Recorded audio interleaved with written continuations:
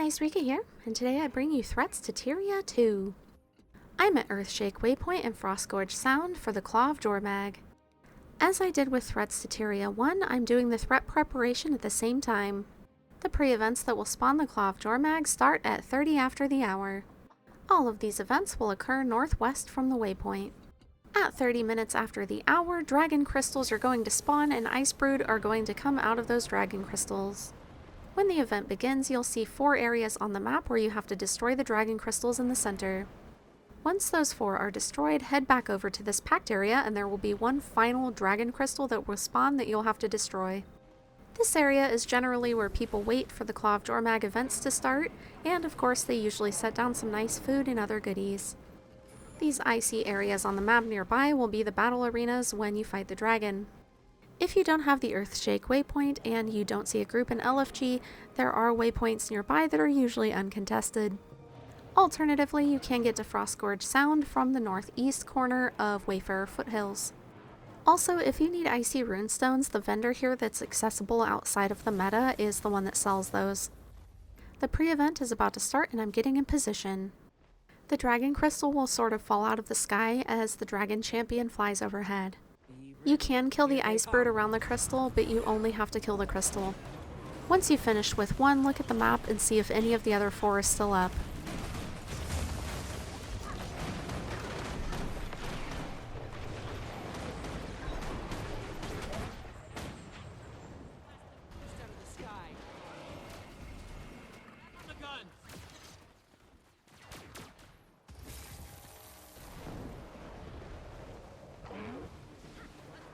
Once all 4 of them are taken down, head back to the packed camp area. This area in front of the siege weapons is where the last dragon crystal will come down.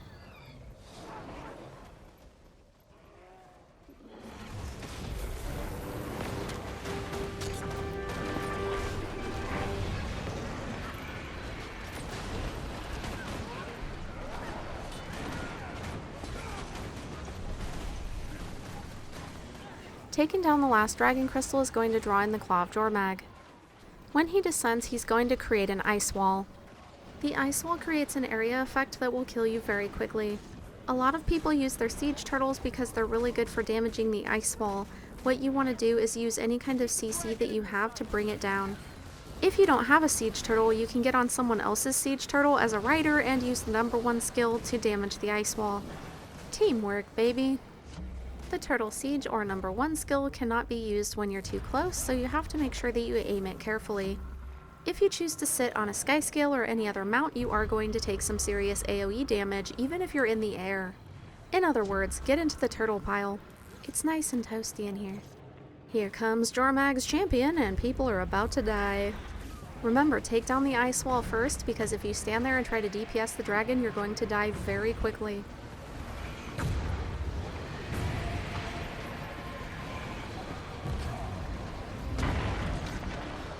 Once the ice wall is down, break out your chisel and prepare to give this ice dragon a nice pedicure.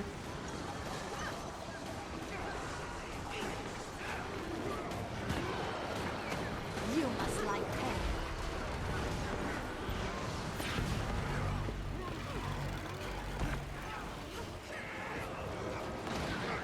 Once you DPS the Claw of Jormag's health bar below 35%, the health bar will actually jump back up to 35% and he'll go invulnerable. This brings us to phase 2 of the fight and we're going northwest. You're supposed to help the pack's ice golems reach the dragon in order to defeat him, but people generally just stack and take all of the damage and try not to die. So if you're ever doing this phase of the fight and you wonder why people just constantly go down and why it's so hard, well, that's because we're not following the mechanics. The Icy Grave debuff really does get nasty.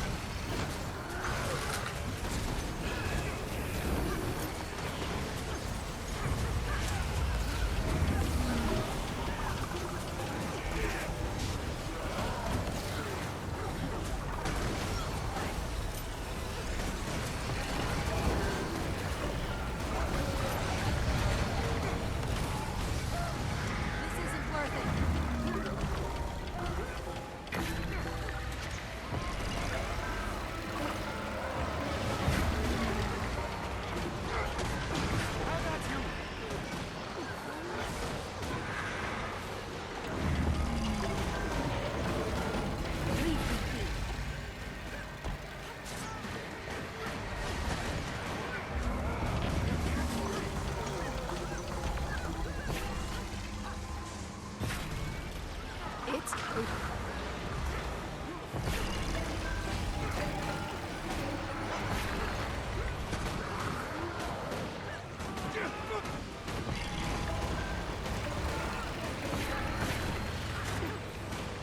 Not too bad. The Claw of Jormag is down and I didn't even die. That's one done and two to go.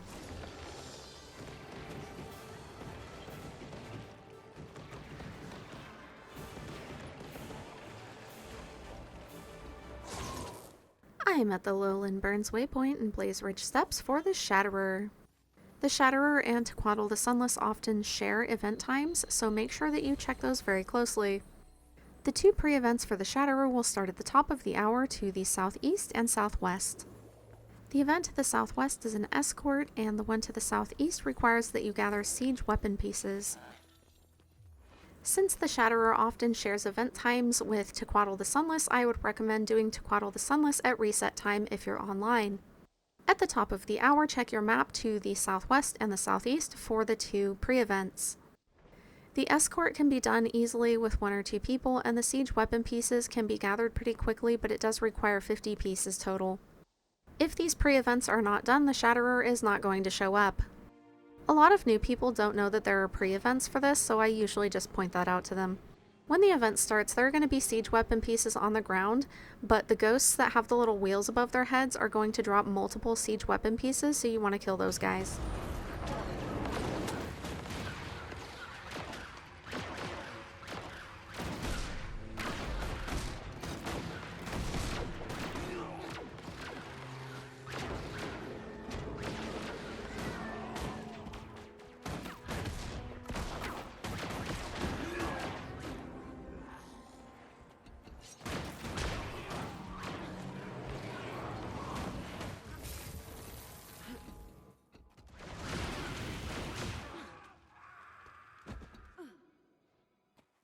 The NPC that you turn them into does take a little while to get to his spot, so you have plenty of time to kill a few of these ghosts. Once 50 of the siege weapon pieces are turned in, then you just have to wait for the timer to count down, and once that happens, then these NPCs will make their way over to Lowland Burns Waypoint. You don't have to escort them over there though. I usually just double check to be sure that the escort to the southwest is actually being taken care of, and that the NPCs are not stuck. If the escort is taken care of, then you can head back to Lowland Burns Waypoint. Time to pack it up. I've got siege engines to build and a dragon to blast. If you don't have a sky scale, it's usually best to wait over by the waypoint until after the Shatterer lands, because then you won't get crushed. The exception to that is if you haven't yet gotten the achievement called Burns Blunder, which requires that you get crushed by the Shatterer when he lands. As you can see, when he lands, there are usually a lot of people who have gone down. Make sure you watch the ground carefully, as there are going to be red circles on the ground that you need to avoid. Otherwise, just stack and pray. Once his health hits 50%, he'll go invulnerable, and 5 pulsating crystals are going to spawn on the battlefield. When these crystals spawn, you'll want to use CC skills to take them down quickly, as they pulsate and quickly heal the dragon. CC skills are going to be anything that has Defiance Break on them.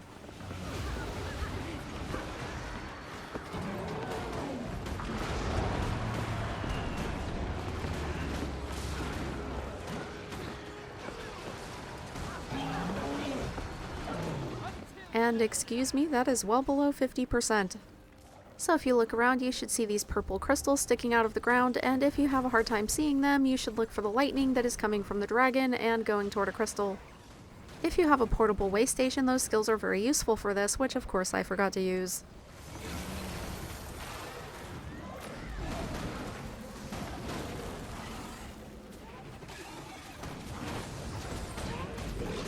Once you've destroyed all of the healing crystals, head back to the dragon, and of course we all head back to the front right paw, because that paw in particular really needs a pounding.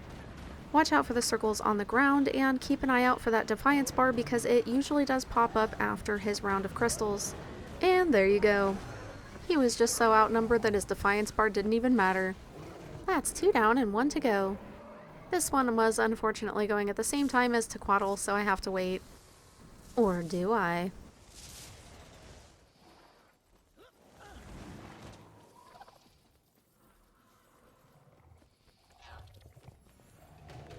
I'm at the Splintered Coast waypoint in Sparkfly Fen. I decided to try and pop over from the Shatterer even though these events were happening at the same time. This map was dead, and when I got into the map that was full, of course Tequatl was already defeated. The event is supposed to start at the top of the hour, but the dragon is always just a little bit late. Because he's very scraggly looking, he seems very distressed, and he drops a lot of spoons, I have my theories about him, and I happen to call him the Meth Dragon. He does always show up though, even if he is a minute late. When he first lands, he's going to send out a shockwave. If you don't jump over this wave, you're going to be knocked over. If you haven't gotten the achievement above the waves, I would recommend being down on the ground when he lands so that you can jump over that wave. Otherwise, just wait until after he's smacked the ground.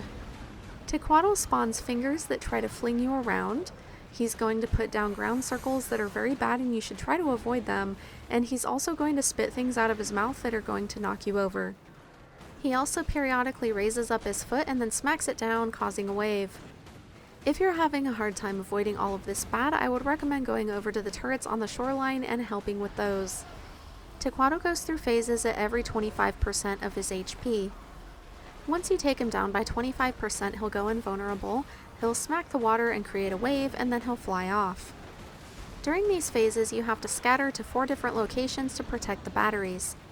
These batteries are what power the laser that they're using to take down the dragon so that you can DPS his foot. There is an achievement called Power Play, which requires that you defend the eastern, northern, and western batteries and defeat Tequatl during one encounter.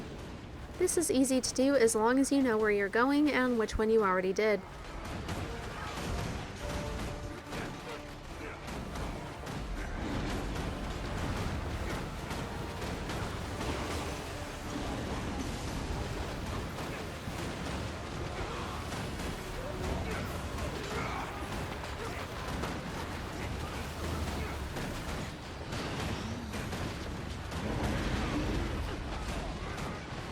I'm heading first to the eastern battery, which is the closest one to the waypoint. Each of the batteries will have enemies trying to come near it so that they can DPS it, and you want to kill those before they can get near it, but this one in particular has risen abominations that will try to get near it and explode, and you want to keep them away from it. Aside from just using a lot of DPS, you also want to use knockbacks and roots. If they do explode near the battery, they're going to leave an AoE field that is pretty nasty. You need to defend the battery for a total of 2 minutes.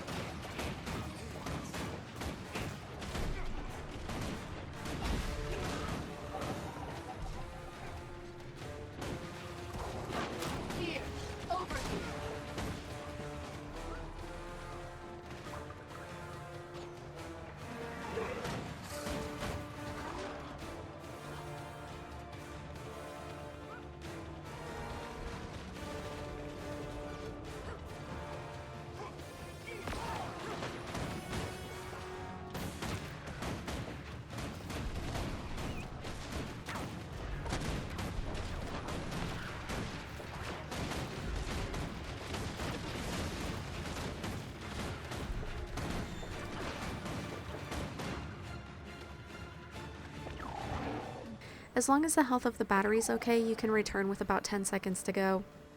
Return back to the area where you were fighting Tequatl in the beginning in the water, and you're going to DPS him down another 25%. If his fingers are trying to finger you, take them down.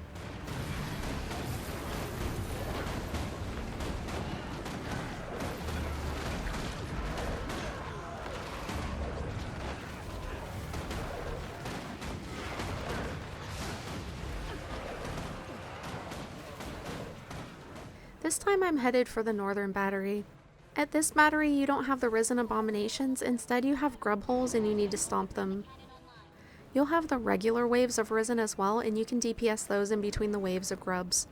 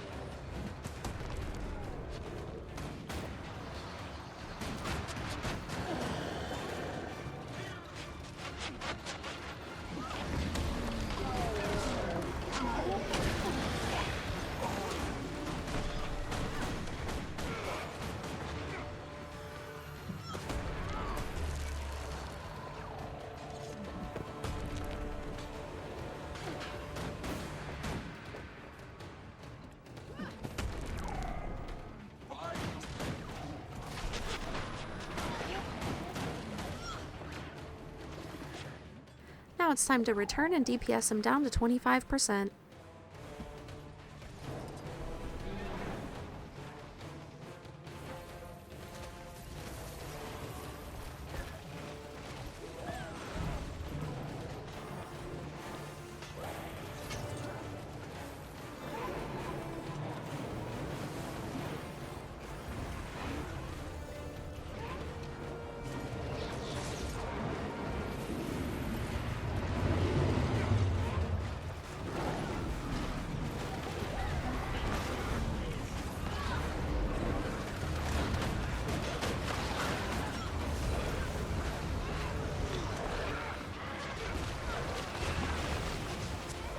This time I'm heading for the western battery. At this one you have to worry about the regular Risen mobs, but in addition to them you're going to have a lot of fingers. Get out your CC skills for this one.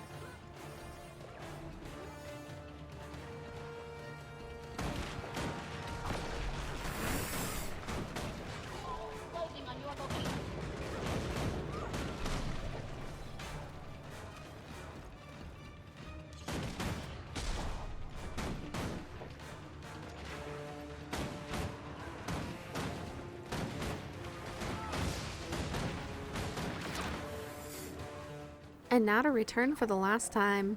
I like this jump pad because it throws you higher. 25% more and Tequatl's pedicure will be complete. May the spoon be with you.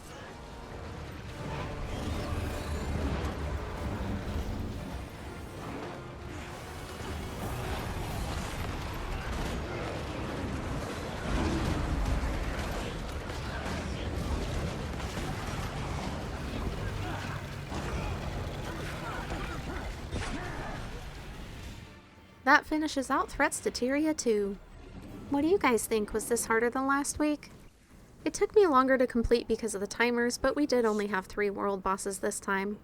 Of course, we don't have to do these for the legendary gloves, but the achievement points are really nice, and it does make it a little more interesting than just doing fractals endlessly. And who can turn on the opportunity of a spoon drop? I vendored my broken spoon. As always, thank you for watching, and I'll see you next week for Threats to Tyria 3.